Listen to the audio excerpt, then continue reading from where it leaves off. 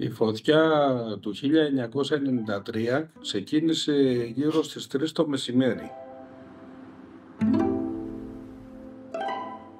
Εγώ εκείνη την ώρα οδηγούσα και ήμουνα με το μηχανάκι στην εκκλησιά του Κουντουμά. Ακριβώς εκεί απ' έξω και είδα απέναντι στην πλαγιά του βουνού κάτι τεράστιες φλόγες ξαφνικά. Μέχρι να φτάσω στη διασταύρωση στην Παναγιάς Κουντουμά Μαυράτου, όλη η πλαγιά καιγότανε. Εμείς όταν φτάσαμε στο σπίτι μας, χτυπούσε η καμπάνα στην Παναγιά για τη φωτιά, για να μαζευτεί ο κόσμος. Όταν μπήκα εγώ στην αυλή ήταν ο Δημήτρης κατέβαινε στη σκάλα, είχε βάλει κάτι μπότες και του λέω «Πού πας?» Μου λέει «Πού πάω?» «Στη φωτιά». Η φωτιά ξεπετάχθηκε από την περιοχή του Πουλάτου του Δήμου Αγίου Κηρύκου και εξαπλώθηκε με φοβερή ταχύτητα, καίγοντας τα χωριά Παναγιά, Κουντουμά, Χριστό, Γλαρέδο, Άγιο Παντελεήμονα, Λευκάδα, Ξυλοσύρτη και τμήματα της πρωτεύουσας του νησιού. Βγαίνοντας από την αυλή μας συναντάει το άλλο το παιδί, τον Γιώργο τον Κηρύκο, τον Αλμπάνο.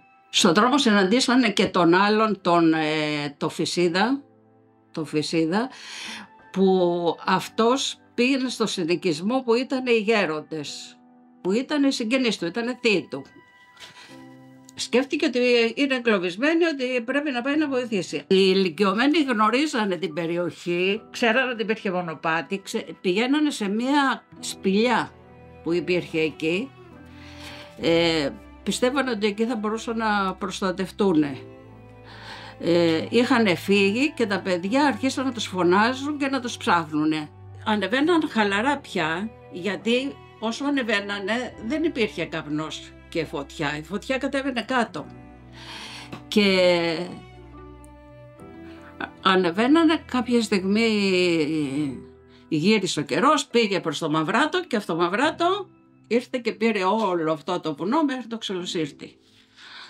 Ήτανε πάρα πολύ μεγάλη η ταχύτητά της. Να φανταστείτε ότι καήκανε σχεδόν 20.000 στρέμματα και παραπάνω μέσα σε 2 ώρες, 2,5. Ο θόρυβος, ένα βουητό, έμοιαζε σαν βουητό σεισμού, και να ακούς μετά εκείνα τα ανατριχιαστικά σπασίματα των κλαδιών, κρακ, κρακ, σπούσανε και πέφτανε τα δέντρα, να είναι σαν απόγευμα. Λες και είχε βασιλέψει ο ήλιος πια, ήταν και ο καπνός, πολύ πηχτός καπνός. Εγώ σκέφτηκα μάλιστα κιόλας κάποια στιγμή μήπως να μενα στο σπίτι, αλλά αυτό που με φόβησε ήταν ο καπνός. Επειδή δεν έβλεπες στα 5 μέτρα, λες μήπως μου έρθει κάποια οθυμιά, δεν το λάβω και γι' αυτό έφυγα, αλλιώς ίσως να καθόμουν. Την άλλη μέρα, μαζί με τις τεράστιες υλικές ζημιές, οι δυνάμεις της πυροσβεστικής μετρούν 12 νεκρούς. Οι 7 ήταν εκεί στο Πουλάτο και οι 5 ήταν στην περιοχή του Γλαρέδου, πηγαίνοντας προς Λευκάδα. Ο Γεώργιος Κηρύκου, ο Ηλίας Φυσίδας και ο Δημήτρης Τσαγανός ήταν οι 3 νέοι και οι Στράτος και Κούλα Πούλου, Σταματία Πούλου και Κωνσταντίνος Μπρατσής ήταν τα ηλικιωμένα 4 άτομα που όλοι μαζί βρέθηκαν στην περιοχή του Πουλάτου. Τα άλλα 5 θύματα εγκλωβίστηκαν σε ένα δρομάκι διασχίζοντας τη ρεματιά της Λευκάδας. Η φωτιά τους έκλεισε τον δρόμο και ο καπνός τους αφαίρεσε την ορατότητα. Τα ονόματά τους ήταν η Γεώργιος Πεσκέσης, Εκατερίνη Πεσκέση, Καλλιό Πηλιάρη, Σιδερής Λιάρης και 18χρονη Γεωργία Ξυλά. Τους πρόλαβε η φωτιά και είναι αυτό τελικά το συμπέρασμα που βγαίνει, είναι αυτό ότι εάν είναι πολύ μεγάλη η ταχύτητα της φωτιάς και τρέχεις και ιδίως σε ανηφόρα, άμα πάρεις 1-2 ιερές ανάσες με καπνό, τελείωσες. Εδώ και οι άλλοι, πάλι στο Γλαρέδο πάλι τους έπιασε η φωτιά, που ήταν πολύ πιο κοντινή η διαδρομή και κατηφόρα και δεν μπορέσανε. Είναι δηλαδή με 2 ανάσες, όπως τρέχεις τώρα λαχανιασμένος, άμα πάρεις 2 ανάσες και έχει καπνό, εκεί έχασες τις αισθήσεις σου. Πού ήταν τα πυροσβεστικά οχήματα και τα αεροπλάνα? Οι πρώτες ενισχύσεις με πυροσβεστικά οχήματα και στρατό έφτασαν ώρες μετά, γιατί πολύ απλά το πλοίο στη Σάμο που τα μετέφερε δεν πήρε εντολή να ξεκινήσει πιο νωρίς από το κανονικό δρομολόγιο. Όσο για την πολεμική αεροπορία, ειδοποιήθηκε στις 6 το πρωί του Σαββάτου, όταν όμως ο άνεμος στο νησί είχε ήδη κάνει αδύνατη την προσέγγιση των αεροπλάνων. Πυροσβεστική τότε τα μέσα ήταν πολύ λίγα. Δεν ξέρω αν είχε 2-3 πυροσβεστικά, τι είχε, αλλά όπως εξελίχθηκε αυτό το πράγμα, δεν ξέρω αν θα μπορούσε να γίνει τίποτα. Γιατί ήταν τόσο γρήγορο. Κοίτα, να δεις, ειδικά πριν 30 χρόνια, εμείς δεν περιμέναμε ποτέ όταν είχαμε φωτιά να έρθει κάποιος να μας βοηθήσει από πουθενά. Οι κάτοικοι τρέχανε.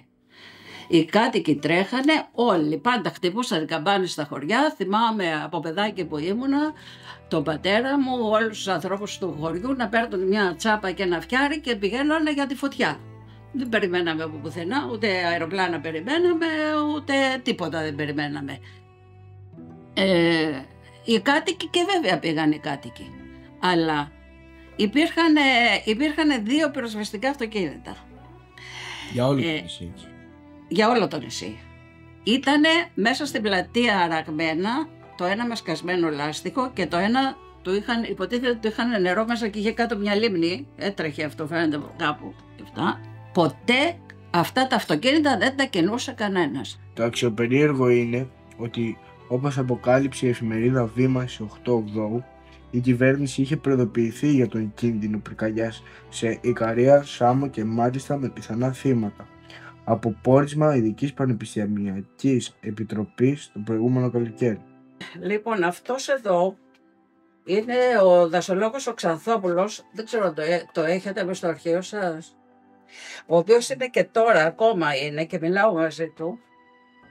Ήταν αυτός που είχε προβλέψει το ολοκαύτωμα. Τότε το είχε πει ότι στην Ικαρία θα γίνει. Και μάλιστα όταν το πήγε στο Υπουργείο ήταν τότε ο Τζανετάκης. Το πέταξε, το σκίσε και το πέταξε και είπε κουρελόχαρτα. Αυτά ήταν κουρελόχαρτα. Την τιμωρία των υπεύθυνων για αυτή την καταστροφή ζήτησαν οι γονείς των θυμάτων. Το πόρισμα της ένορκης διοικητικής εξέτασης που πραγματοποίησε η Νομαρχία Σάμου ήταν ότι ήταν αδύνατο να αποδειχθούν οι άδικοι θανάτοι τόσων ανθρώπων. Τώρα τι να πω, πώς ξεκίνησε να ξεκινήσει να γίνει μια ανάκριση, αρχίσανε να κάνουν. Ζητούσαμε εδώ να μας καλέσει κάποιος, να πούμε κάτι, να χάσαμε ένα παιδί, χάσαμε 13 ανθρώπους εδώ πέρα. Το πόρισμα, θέλημα Θεού. Ήταν απλά ένα ανθρώπινο λάθος, ήταν εμπρισμός με πολλά μέτωπα. Το αποτέλεσμα είναι ένα. Ότι χάθηκαν άδικα 12 ανθρώπινες ζωές. Και το κυριότερο θέμα είναι πώς θα μπορέσουμε από εδώ και πέρα να αποφύγουμε τέτοιες καταστροφές. Ήταν μια δύσκολη περίοδος και το μόνο που μας μένει σαν μάθημα είναι αυτό, δηλαδή από μόνοι μας να καθαρίζουμε τις αυλές μας. Γύρω δηλαδή μην περιμένουμε ούτε από το Δήμο ούτε από το κράτος. Καταρχήν δεν μπορεί να τα καμιώνει τις αυλές μας και τους κήπους μας, να τους καθαρίζουμε εμείς. Ξέρω ότι υπάρχουν και τώρα προβλήματα, πολλά προβλήματα. Καταρχήν και τα πυροσβεστικά τους, όπως ομολογούν οι ίδιοι, είναι πάρα πολύ παλιά.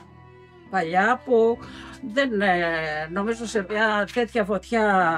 μια τέτοια φωτιά που είχαμε το 1993 και πάλι δεν θα μπορέσουν πάλι να αποδώσουν. Και να μην φανούν σε μια τραγωδία πάλι, γιατί αυτό που βλέπουμε κάθε χρόνο με τις φωτιές είναι όλο και χειρότερα τα πράγματα. Κάθε χρόνο οι Ικαριώτες, συγγενείς των θυμάτων, ντόπιοι και φίλοι του νησιού, οργανώνουν εκδήλωση μνήμης της φωτιάς του 1993.